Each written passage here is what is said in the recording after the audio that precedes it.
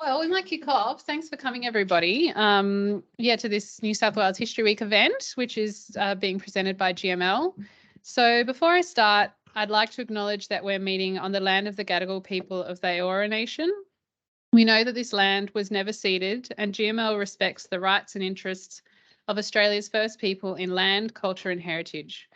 We acknowledge their elders past and present and support the concepts of voice, treaty and truth in the Uluru Statement from the Heart. So the theme of New South Wales History Week 2022 is hands-on history. History is not just a static story on a page. Getting hands-on with history is part of the way we connect with our stories. In heritage, many hands come together to help celebrate and protect our history. Archaeologists, historians, architects, the community, people are hands-on with our heritage through getting into the archives, archaeological digs, doing conservation work, and getting out and advocating for their heritage. Each of these areas makes an important contribution to managing heritage places. No one contribution can stand on its own. So in this evening's event, staff from GML will be talking about the ways their discipline contributes to the conservation and protection of heritage. The Queen Victoria Building in Sydney is our case study, a starting point and an example for discussion about how many hands come together to manage our heritage and how the choices we make shape this heritage. We will discuss the changes that have happened to the building in the past, shaped by the input of different groups, and how each discipline would contribute to planning to the future for the future of a building like the QVB. So our presenters are going to each speak to their topic and their area of expertise with an extra special visitor, followed by some general discussion and also time for questions from the floor. So if my clicker works. Oh, maybe not.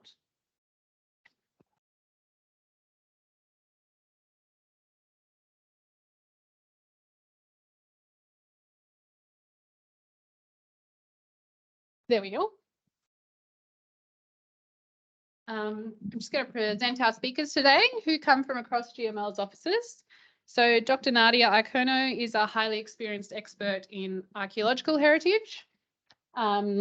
Nadia has worked in both the public and private sector in New South Wales and has directed and excavated on a range of Australian and international industrial, domestic and urban sites, including sites in the United Arab Emirates, in Turkey, the Hyde Park Barracks, the Rocks, the Ranchute Destitute Children's Asylum Cemetery.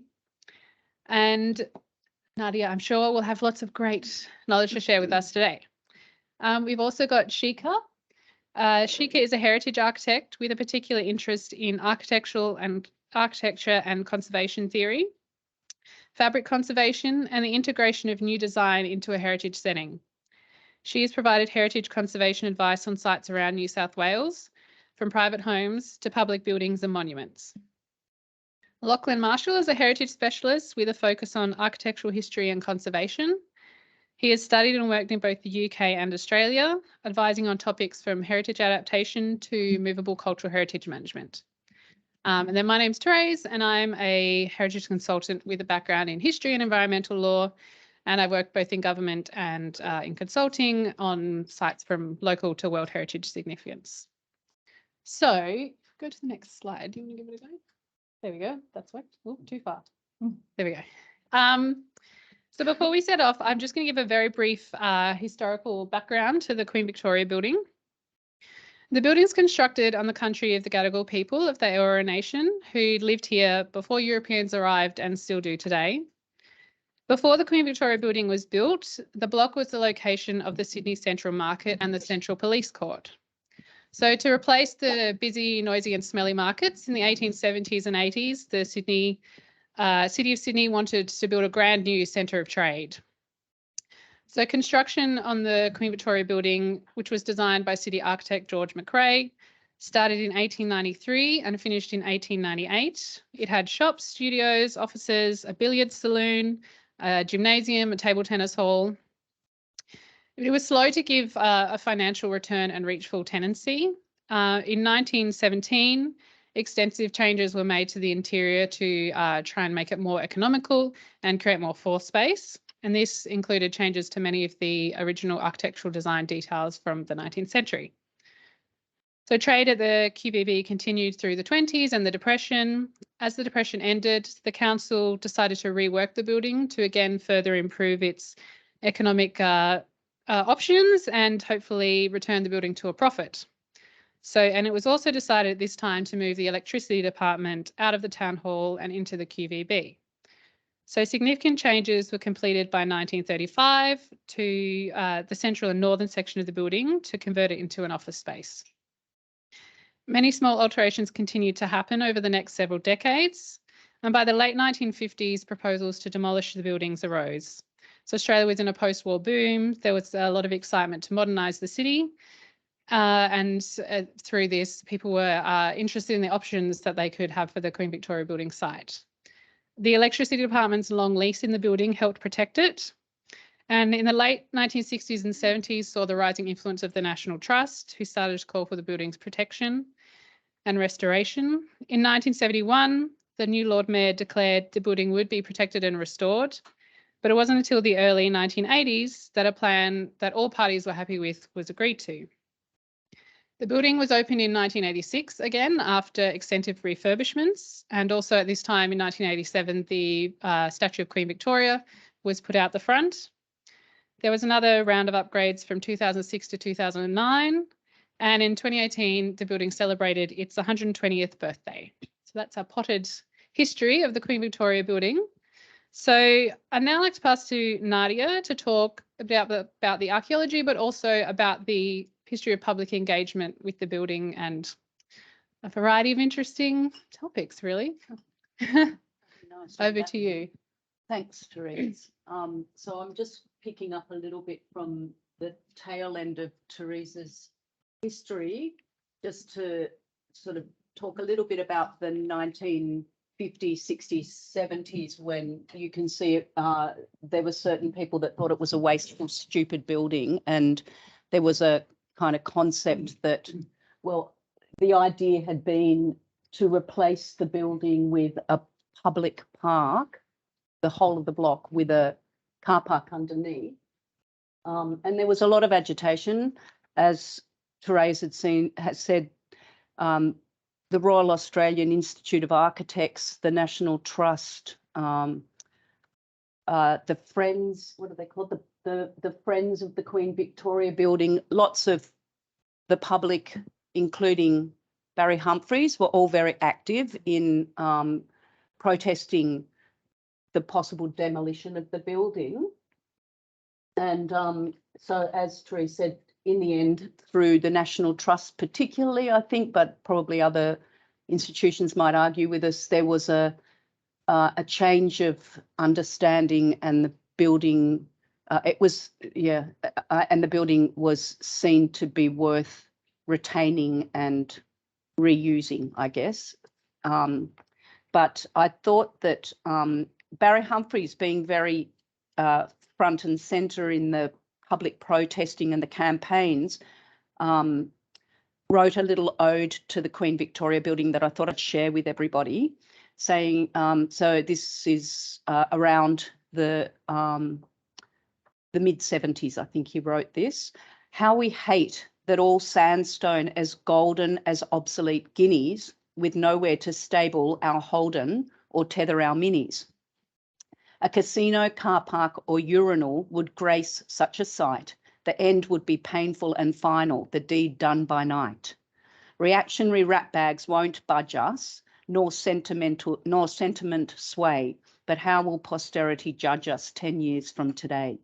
So, you know, even back then, when none of us in this room would remember in the protests, there was that understanding of looking forward and thinking about how these buildings and our actions and our thinking around what we consider to be important to our sense of identity and place was coming from the public a lot, and from, you know, people agitating within places like the National Trust. So it was the building was classified in 1974 by the National Trust as needing urgent acquisition and preservation, which was how they classified certain buildings in order to, in this case, in order to help focus discussion more on how to preserve it rather than whether to. And then the rest is history, as Therese has spoken about. What I thought that I would do here was think about, I wanted to think about how we might do things differently today compared to back then in terms of the archaeology and just the way that we come to the building from that viewpoint, I guess. So I just thank you. So in terms of the archaeology, we've spoken about the fact that it was the market garden, the market building site prior to the building of the QVB. And as you can see from these other deep excavation photos, which are actually for a car park that was built after the QVB was constructed, but has had significant impact, as has the building itself because it has basements. In terms of what might survive archaeologically, there wasn't a lot done at the time that this that the building was saved, and there probably wasn't a lot of call for it. But I would think that what we would be doing differently now is right up front, bringing some sort of Aboriginal community consultation into the process that we, obviously wasn't going to be happening back then. We would have been doing more upfront potential for, I would have thought, small possibilities, small areas of archaeology within the building, possibly even the accumulation of underfloor deposits in various, levels of the building, and input into some of the processes for what was stripped away, what was retained, how it was recorded, and those sorts of things. So quite sort of, I don't know that there's a lot of difference in what we do today, but what I did think about a little bit was, looking at this building today, it's kind of hard to imagine that people wanted to tear it down at any point. But I was thinking about that earlier this morning and thinking that really it's very easy for us sitting here as the kind of heritage specialists that we are today and looking back on a building like that and wondering why on earth they would have thought that it was worthy of demolition. But if you think about the fact that car manufacturing was taking off post-war, that there was a want that maybe we can't understand for fresh new buildings and not these. This was a building that was tall, beautiful sandstone, but big, overpowering, dark, had been converted into offices, was shut off from people because it wasn't a public building. Wouldn't have been a lot about it that would have been inviting to the general public. So the idea of a block-wide park in the middle of that area opposite Town Hall, I can understand, wouldn't have felt like it was a crazy thing to pursue. So I guess I was thinking from that point of view, it's important for us to understand that we're lucky that there was agitation to keep the building, because we see it now as one of our icons of heritage. And in fact, it was listed. I don't quite know, but I'm pretty sure there's at least one person in the audience that could help us on this later on the questions. But it wasn't listed on the State Heritage Register until 2010, and from my point of view, the statement of significance and the listing of this building is interesting in that it touches on its importance both as an artefact and as a symbol of heritage conservation, which you don't see in a lot of listings. We don't see listings that say this site is important because it's a symbol of heritage conservation and the fight and the struggle to keep a building. We may get it for things like Kelly's Bush and things that were around the green bands, but buildings, not so much. So just to read to you a little bit of the statement of significance, the Queen Victoria Building represents an important shift in heritage consciousness in Sydney during the 1980s, because of the public outcry that brought about its conservation, and in particular, the historical restoration approach that was taken for its refurbishment.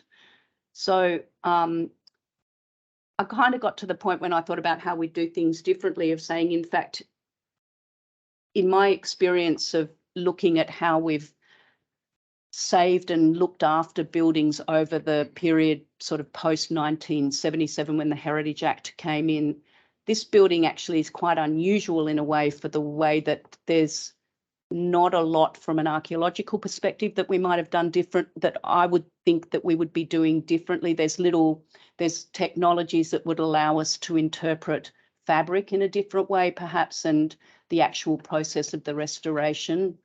And as I said, to actually bring in Aboriginal consultation to have the Metro Land Council involved and decision making to be far greater. But I think in the scheme of things, the thing that may have changed the most is the fact that we look at it as beyond just a single building and more as a cultural landscape, and where it sits within the wider scheme of that area.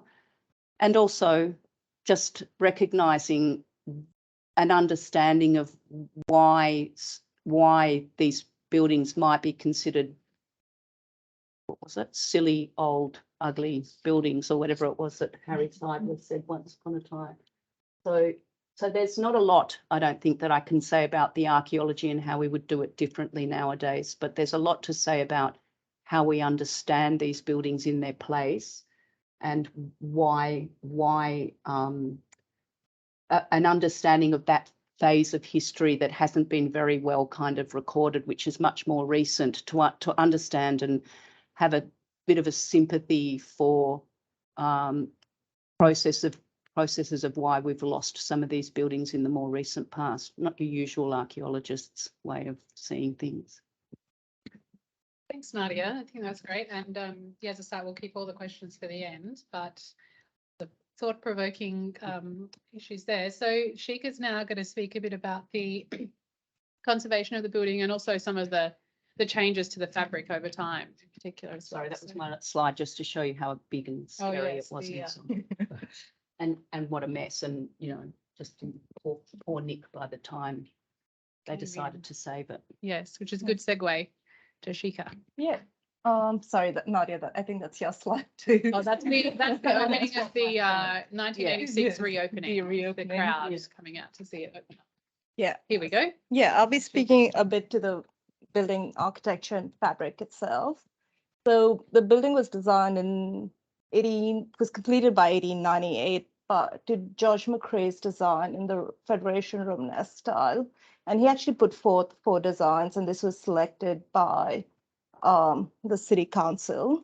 And you can see it in its heyday with all the domes, and this is probably the most intact it had been in history. Just next slide, please.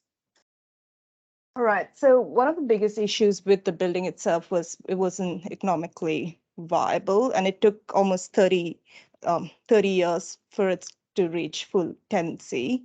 And some of the solutions, like architectural solutions they came up with, is sort of got the interior space to have more usable space. And while these changes were happening, they didn't necessarily go back to what was the Federation Romanesque style, and they chose architectural styles and whatever the fashion and sensibilities of the period was. And you'd see, especially towards the interwar period, you could see, just looking at the picture to your left, you can see the awnings change, the shop fronts, well, typical of the period, but they did remove the Romanesque arches. And then when City of Sydney moved in, and Art Deco was all the rage.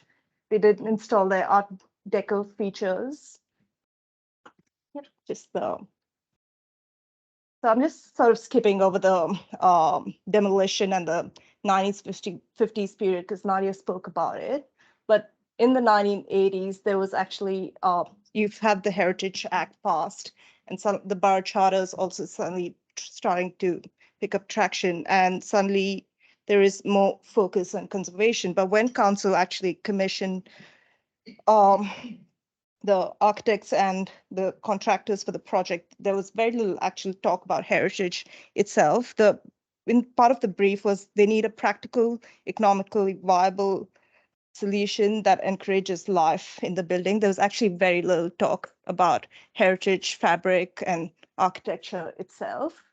And what happened, and I think the architects were Stevenson and Turner at that time. And while the building was well documented and there was plenty of evidence, they sort of decided to go with the most economically viable options. And they were very selective in what they chose to reconstruct. Things over strong imagery like the balustrades and some of the arches, they did choose to actually reconstruct that, but they did not necessarily spend that level of detailing that would have, despite there being photographs and documentation of what was there originally, they did not necessarily have the tradespeople and that sort of thing. They did not spend their resources on true like-for-like construction that we would probably recommend now.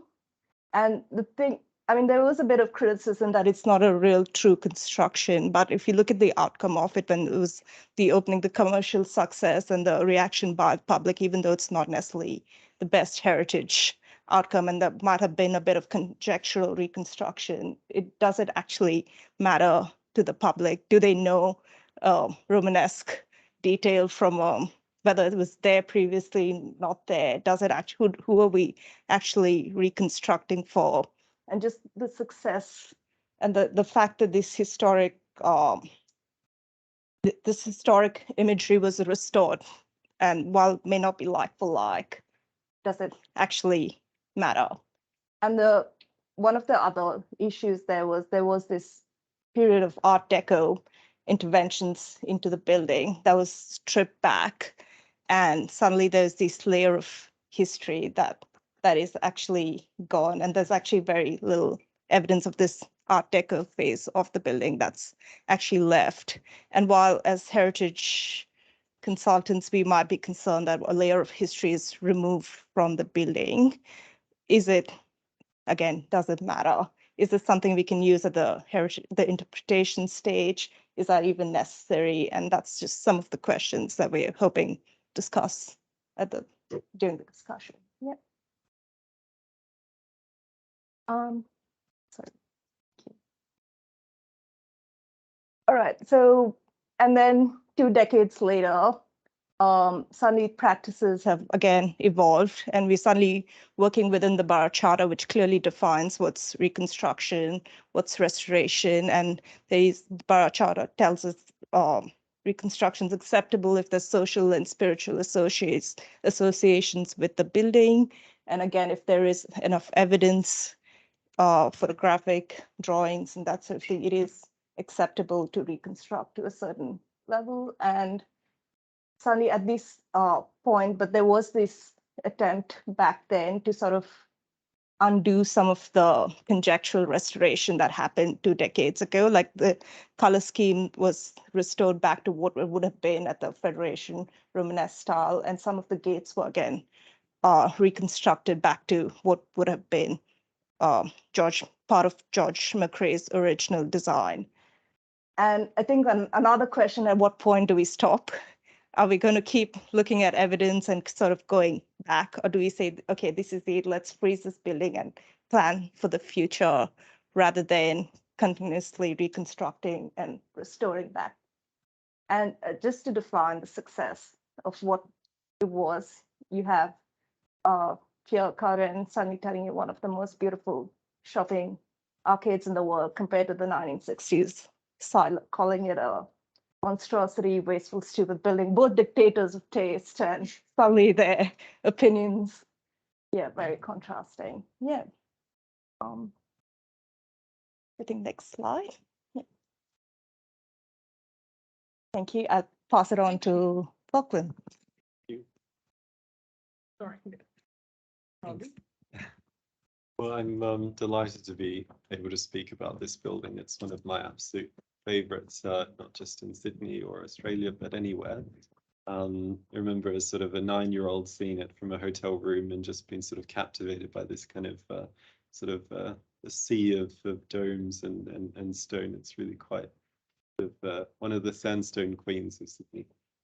So I've got 5 principal points that I'll be discussing. The first is the continuous use of the site as a versus a marketplace, and then sort of a marketplace in its second phase. As the QVB was built, there was a condition that it be retained as a market, so they sort of stuck in a little market at the bottom. But essentially, the point of reconstructing the building was to create this kind of elegant space in the centre of Sydney, in line with the aspirations of the city fathers of the time, I suppose. Then thirdly, it would be about sort of contextualising the building, not just within Australia, but sort of the fact that it sits more within an international typology. There's no real equivalent in Australia. It really is, yeah, class of its own nationally, but there are some which it does relate to abroad. Fourth, I just want to have a little look into the very interesting presence of the Queen Victoria statue. Quite a story. She was transported to Australia, like many of her subjects had been, I suppose, from Ireland, and not quite, I suppose, what you'd expect to have started off. It seems like a kind of a timeless element of the cityscape, but certainly not.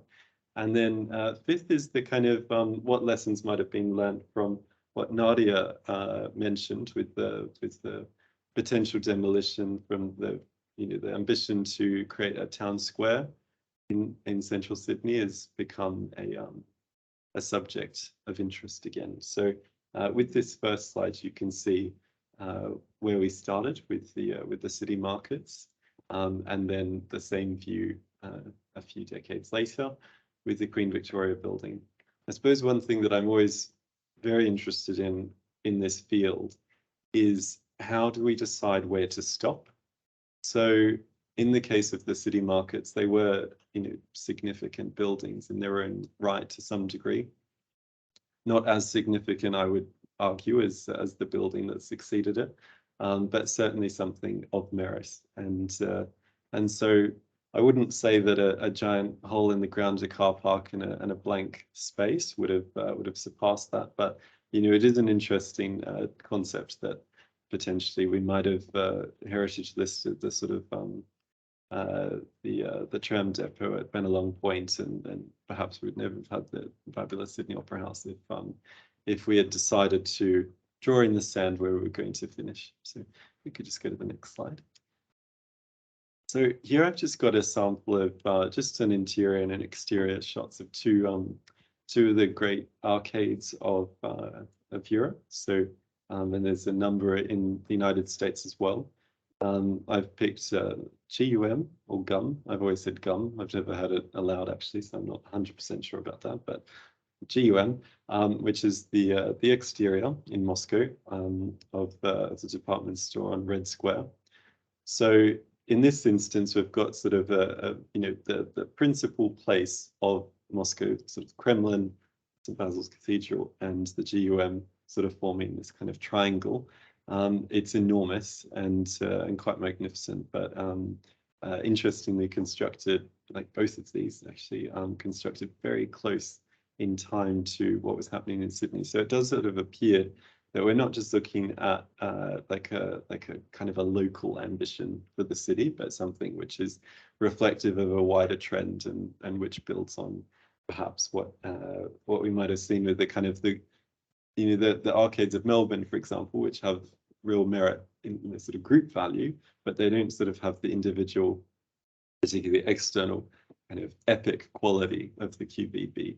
And then I've just included, just to throw people off a bit, people might be familiar more with the Milanese Galleria, Vittorio Emanuele, but I've got the Galleria Umberto, which was part of the cleaning up of Naples, which was sort of ongoing process. And I think there was a similar ambition in Sydney that the QVB was doing away with the kind of the market the sort of dirty markets, I suppose, in the center of the city, pushing them out and replacing it with like elegant shopping arcade. And so it's quite sort of an interesting outcome, I suppose, to reach. And it sort of becomes, if you sort of think about the Victorian, I sort of think of them as like the sort of Victorian City of Sydney Trinity of St Andrew's Cathedral, Town Hall, and the QVB, which all have a very strong relationship to each other as completely different styles, you know, Gothic, Second Empire, and Romanesque Revival. But they sort of, it's like an expression of religion, government, and commerce all united in one sort of neat little trio, which is quite interesting, and not a million miles away actually from what we're seeing in Red Square, where you've got Kremlin, St Basil's, and department store, and it's sort of like an interesting idea. I'm sure they didn't sort of consciously choose to do that, but the outcome is similar. So if we could just go to the next slide. So I suppose one of the things that I think is very interesting is how, in terms of heritage value, we started off with a building which had a use and a presence and an importance in the city of Sydney, but which I suppose lost its way progressively over the decades. Although, as has been mentioned before, it did not take off straight away. So it's probably more like what it was meant to be now than what it was at any other point in its history as a commercial space, fully less. There is some, I suppose, degree of interest that, you know, we started off with a fully commercial space. In 1899, they added in the City of Sydney Library. That lasted, that was the longest lasting tenant in the building, and until the mid 80s when it was converted for use. But that kind of loss of the public, and I suppose it's sort of an interesting thing, is like, is the Queen Victoria building, is it a public space? Is it a private space just because it's sort of a shopping district? I suppose for me, my perception is it is a highly public space because it forms part of the natural thoroughfares that I would choose to use on a daily basis. So sort of transverse and lengthways. You can go through it, you can come up from underneath it. It's an extension of the street. And in a way, we're sort of come around full circle.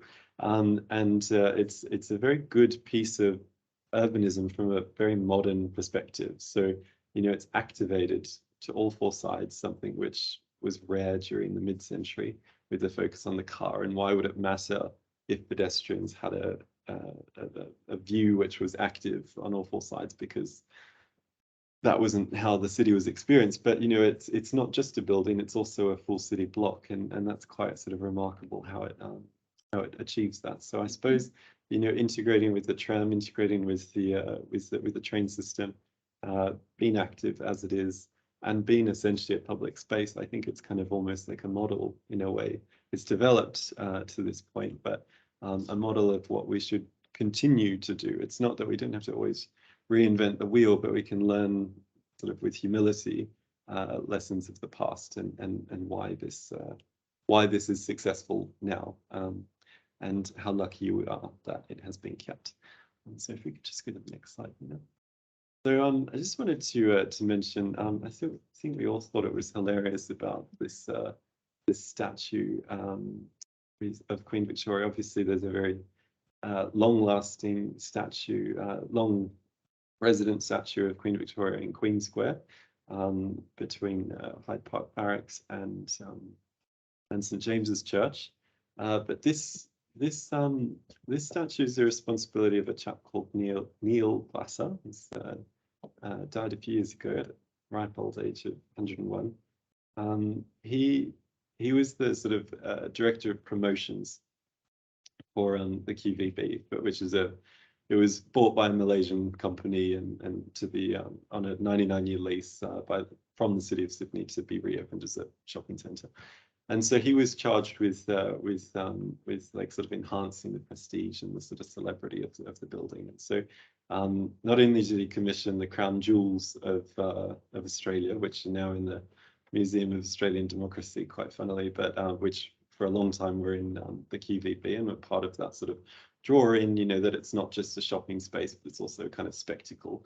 But he also is responsible for bringing this statue by a very important Irish sculptor to Australia. So it was in outside the sepia picture, the grayscale picture, is of Leinster House, which is the home of the Irish Parliament in Dublin.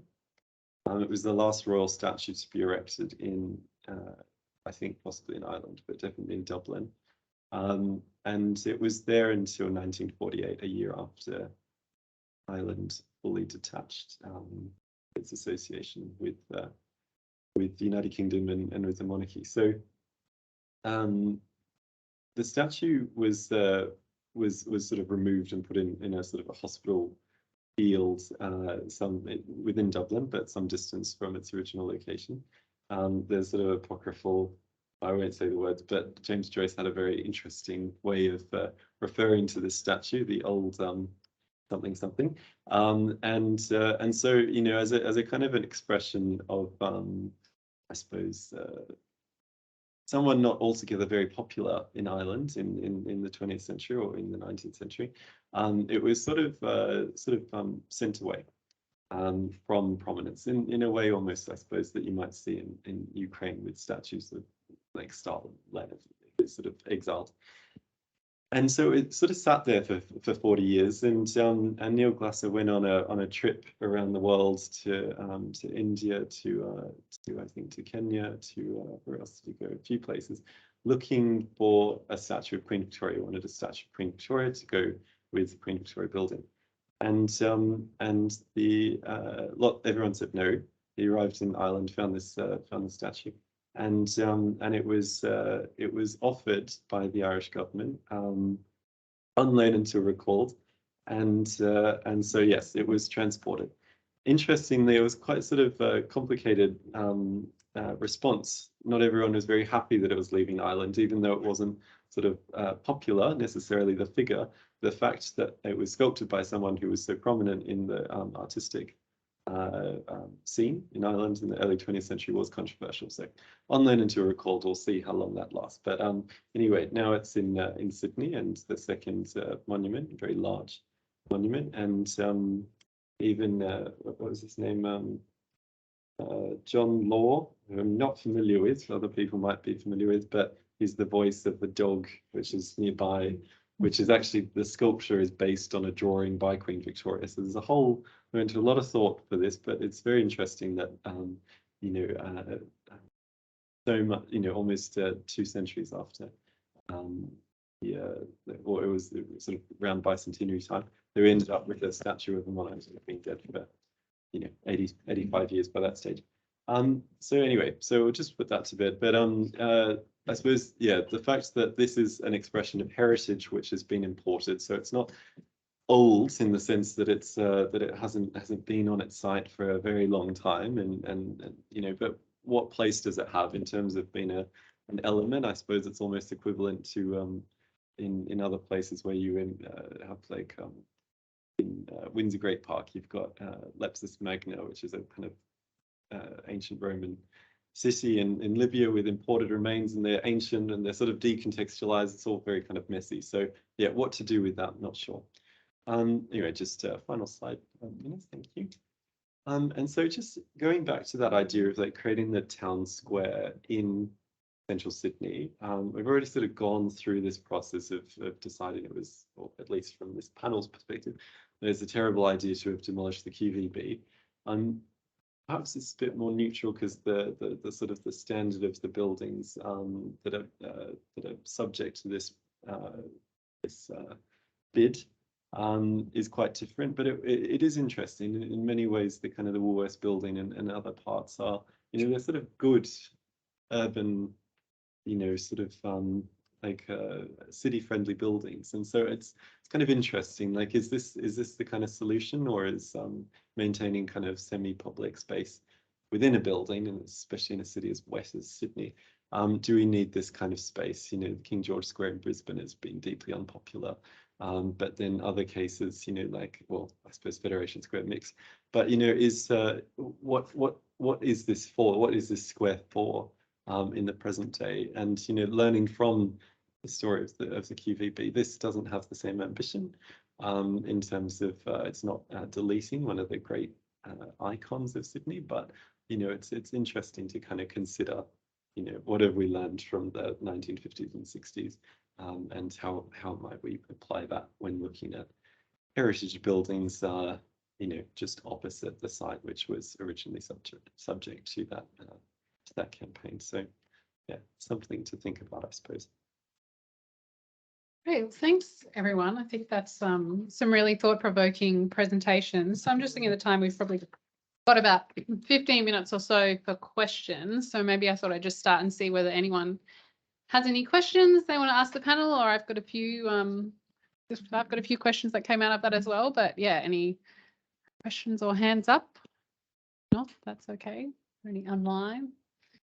A few of us, that's all right. Well, one thing actually that I was thinking about that came out of just from that talk, which Lachlan touched on a tiny bit, is when we think about, I guess the theme is we were talking about many hands make heritage work, and we've been talking about like archaeologists and architects, but actually I was thinking about a hugely influential group that have shaped the Queen Victoria building and made it what it is actually the private industry of the shops and the commercial, the Malaysian company that bought it.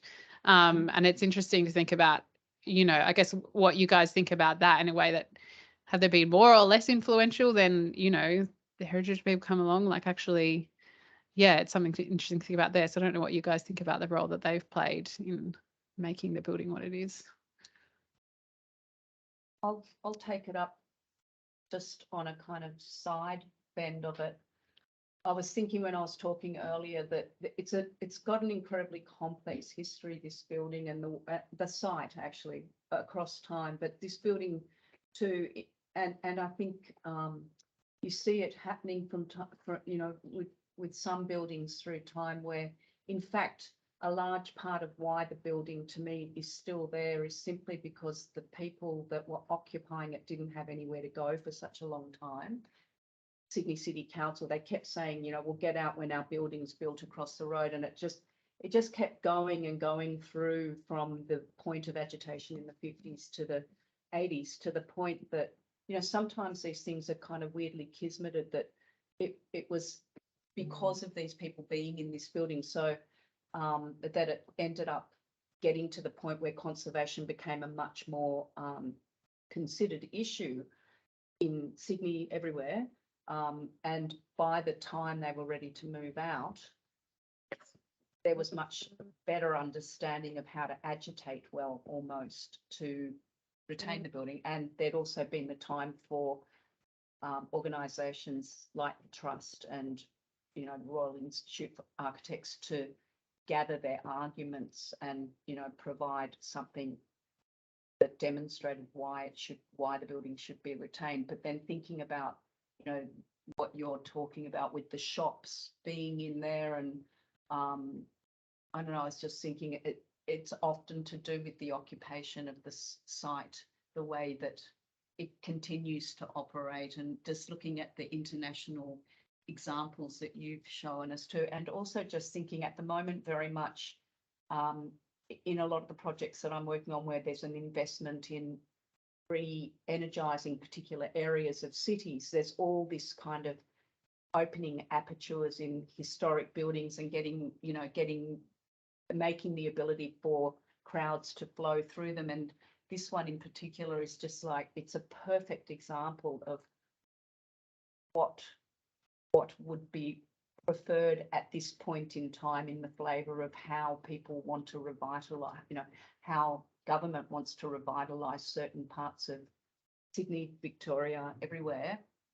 But it's what makes the people walk through a lot of the time too. And so in this way, the types of shops that are considered okay, keeps these places alive, I guess. So I was just sort of thinking about, I don't know, a bit of a smash of a few things that we've been talking about that I've been thinking about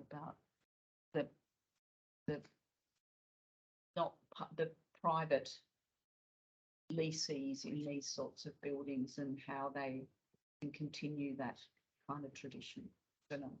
Which is much the same as well, actually, just to is, Town Hall Square, the reason why it's been delayed, which the City of Sydney started buying up in the mid-80s, about the time, this sort of opened, which is kind of interesting. The fact that, they sort of bought up the Woolworths that block. The reason why it's been delayed is because Woolworths has renewed the lease at such a kind of lucrative level. So it is kind of preserving the buildings for the time being, just because it's got a commercial tenant.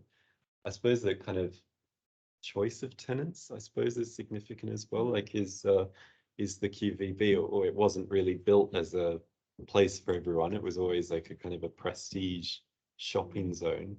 But does it sort of is it for all Sydney sites, or is it too narrow? Is it the fact that it's commercial, or the fact that it's kind of an exclusive kind of commerciality that's significant? I'm not sure, but yeah, it certainly is what has perpetuated its existence in the case of the the tenants being government tenants, but the same applies to Worth and now Big W. So opposite. So it's, yeah, I think that if you don't have a viable economic use, you don't really have a building, unfortunately. So yeah, and the Malaysian owners who took it up in the 80s, he was just passing by. He had no intentions. He wasn't looking for property, nothing. He was passing by. He took fancy to the QVB, and then he saw the notice that council put up, and only then he gathered his team, and I think it was just by chance, and they played such a huge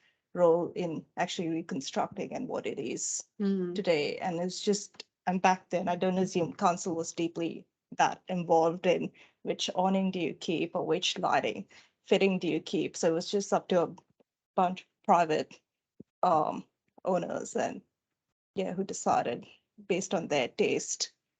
Yeah.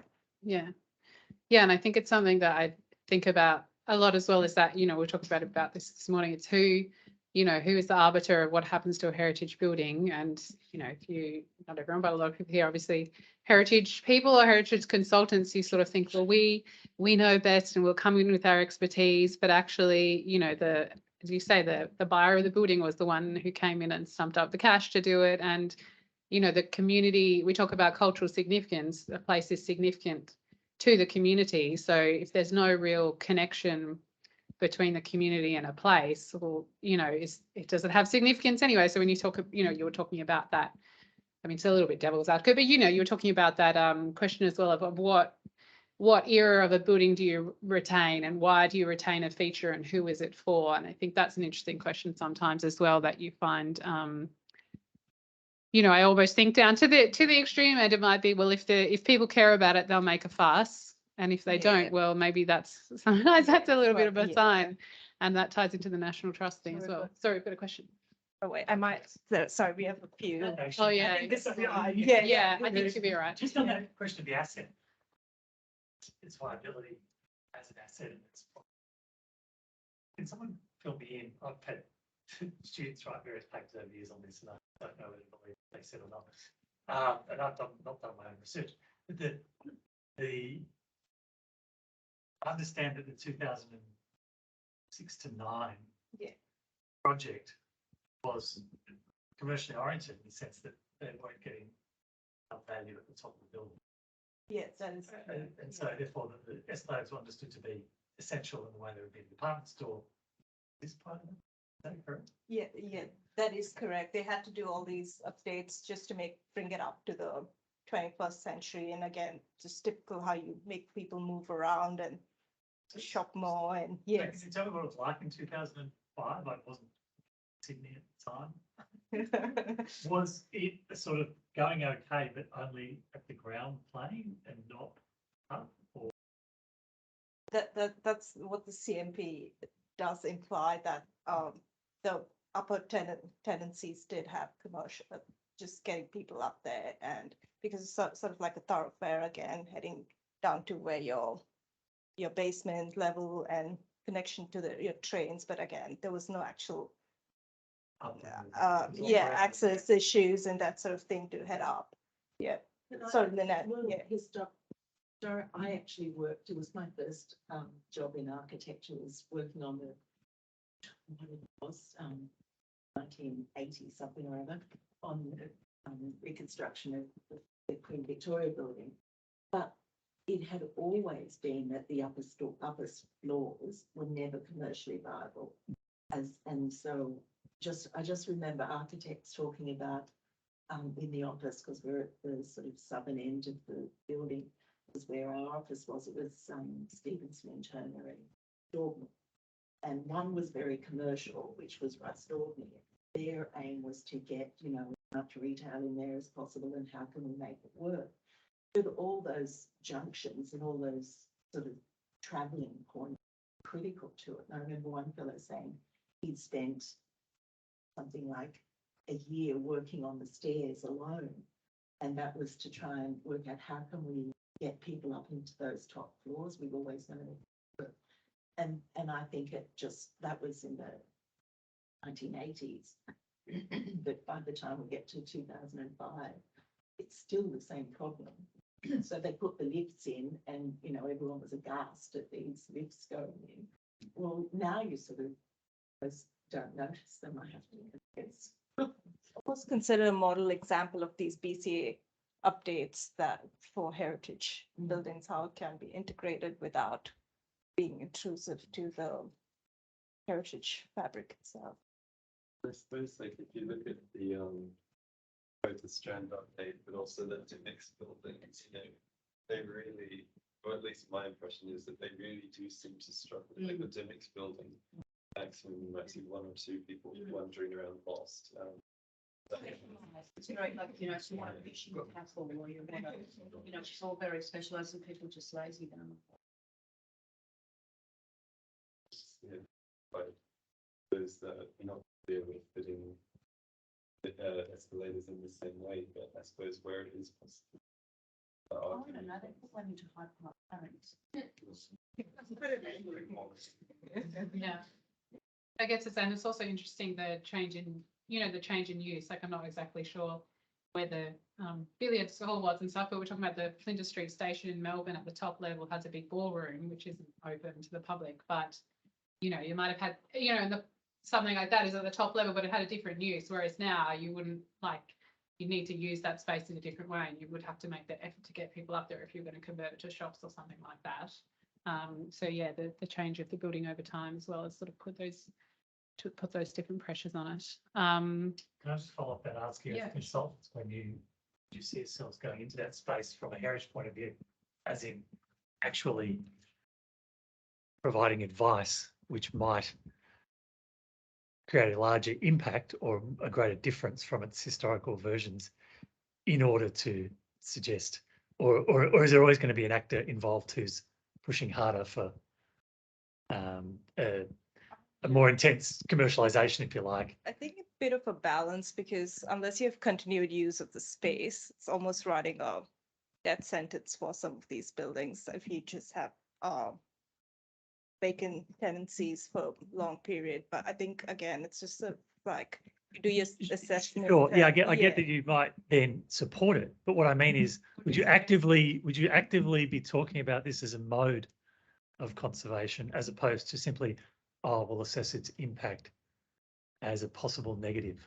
Just mention, I suppose, like one example which makes me really think, like, in response to your question, I suppose, is it's a London example, but it's the Whitechapel Bell Foundry, which has been quite a big deal for many years. It was sold in 2017 after like 150 years of Whitechapel Bell Foundry being in existence. And I suppose the thing is that from my perspective, the use is what counted there. The fabric of the building is fairly marginal. Like, it's a nice sort of 18th century. It's certainly not original. It's not 1580 or whatever it was. But it's like a nice 18th century kind of shop front. And Historic England, which does quite a weird thing, which they offer paid advice to clients, which enjoy. So, you know, like, when you've got, I think there should be a neat separation. You know, like, that's what, like, GML, you know, that's what our kind of role is, to receive payment for that kind of advice, but not the kind of statutory body. Yeah, exactly. The regulator should be independent, in my view. And so they've argued that a hotel would be, is acceptable, when actually the use is what counts for almost everybody else. And whether that building is preserved or not, I think actually people would be more comfortable with that building being demolished if it allowed continuous use of the site as a foundry. So I suppose that's kind of, what I said about kind of like, church town hall and church government and commerce all sort of grouped together, is that is as important, almost as important as the fabric of the buildings themselves.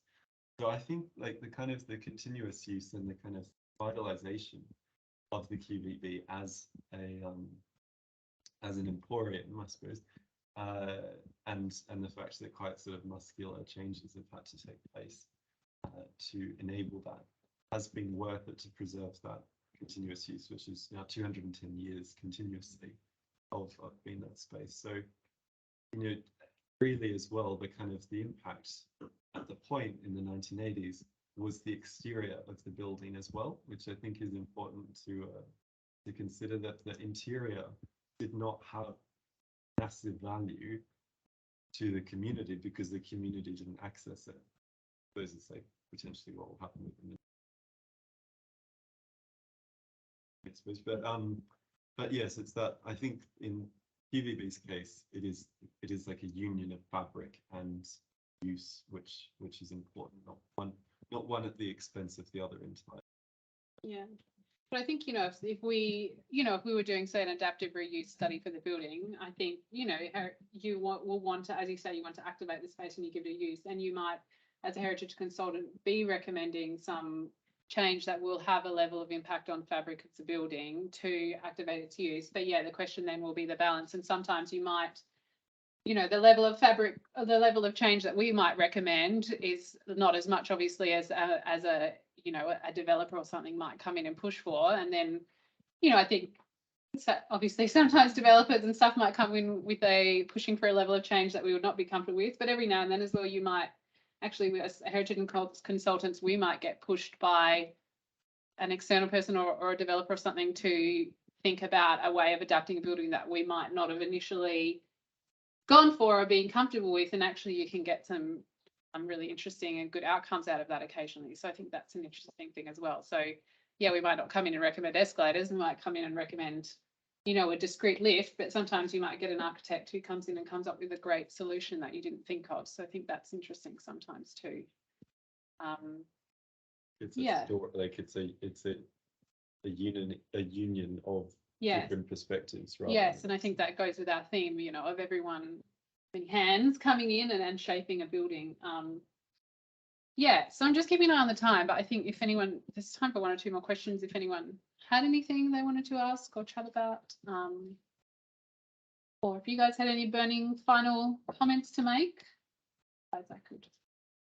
Sorry, I'm going to throw you in the deep end, but from an interpretation perspective. So you have this Art Deco layer that's actually missing, and how would you approach a layer of history that's actually no longer seen in the fabric? Yeah, it's a good question, Shikha. I think interpretation in heritage, in terms of that storytelling in the public domain, it is really considering the audience. And I think you had a good provocation there in your speech about who would care if it was Romanesque or Art Deco or other features. So I think there's a balance in the storytelling too of how you engage who is in that space, and is it going to be a plaque going through the built history timeline, or are you seeking a social history perspective of who occupied that site in those shops, or who was the consumers over time as well? And I think there's also quirky stories there. Lachlan, I can't believe you don't know who John Laws is, but that's he's a shock jock in Sydney. It's probably good you don't know who he is. He's long gone now. He had the golden voice for Sydney, but the fact that he is the voice of Queen Victoria's dog offers a whole interpretation piece in itself. So I think considering where the dog is. Yeah, that's right. It's above the drain, isn't it? So whether he becomes the drain. I did come across a reference that Alan Jones should voice Queen Victoria.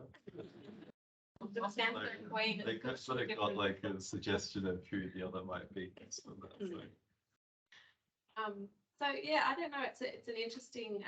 There'd obviously be very little archaeological story to tell from Nadia's perspective in terms of interpretation. I don't know that. That's not right. Like I was dealing really with fabric when I was talking. I think there's plenty of stories that can be told that are about the intangible, about things that can't be seen or found in there. And there's probably stories inside the building too. I mean, I didn't want to go into the fabric and how much it had been developed and changed over time. You know, there's so many phases of the way, you know, that Shikha's pointed out from that fantastic deco entrance that it's almost impossible to imagine being part of that building. But I think there's lots of stories. I don't ever think that you need the artifacts to come out of the ground or the, you know, the dirt or anything to be able to tell the archaeological stories. I just, I didn't have a lot of time, so I didn't want to start getting really kind of broad I think, yeah, about. probably the gap in our panel is the First Nations perspective and Yeah, maybe that post-colonial story of Queen Victoria, which you were exploring, Lachlan, even from the Republican Irish perspective. What's the Gadigal view of this site and landscape? And it's a completely loud colonial kind of landmark. So what does that statue mean now? And do we keep it and do we return it back to Ireland now?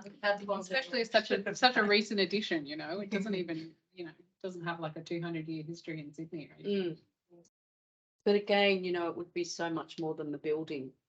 You know, it would be a lot about where the building is positioned and what was going on around it, and the fact that you've got the track of George Street right, you know, right down the side of it. And so, you know, so many other stories we don't have a lot of information about.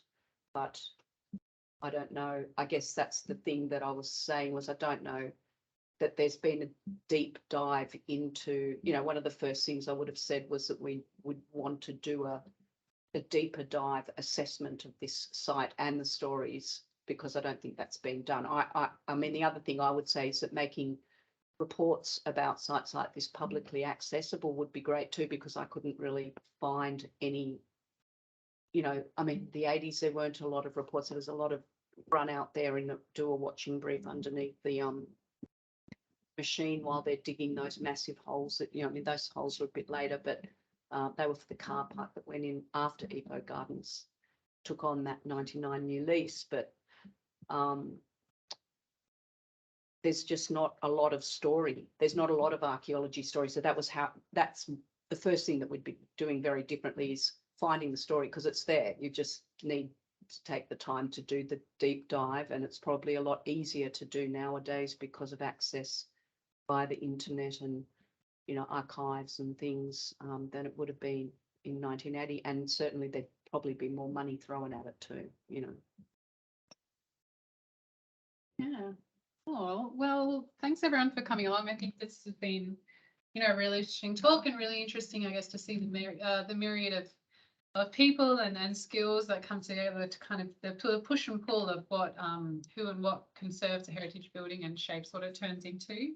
And I think, you know, it's really clear that, you know, the QVB is so embedded in its setting and has so many different facets to its significance. So it really needs that collaboration to come together to, you know, shape it today, but also to protect it into the future. So hope that's been interesting for everybody. Thanks for coming along. You can feel free to stick around for a few more nibbles and drinks, I think is the plan. And yeah, thanks to our speakers today for their participation.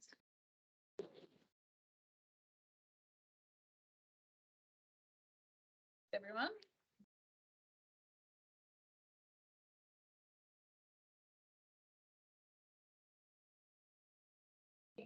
That was good. Yes. Love a clear one. I've never been in it. So, yeah. The group I was in, was like people think in the other hand.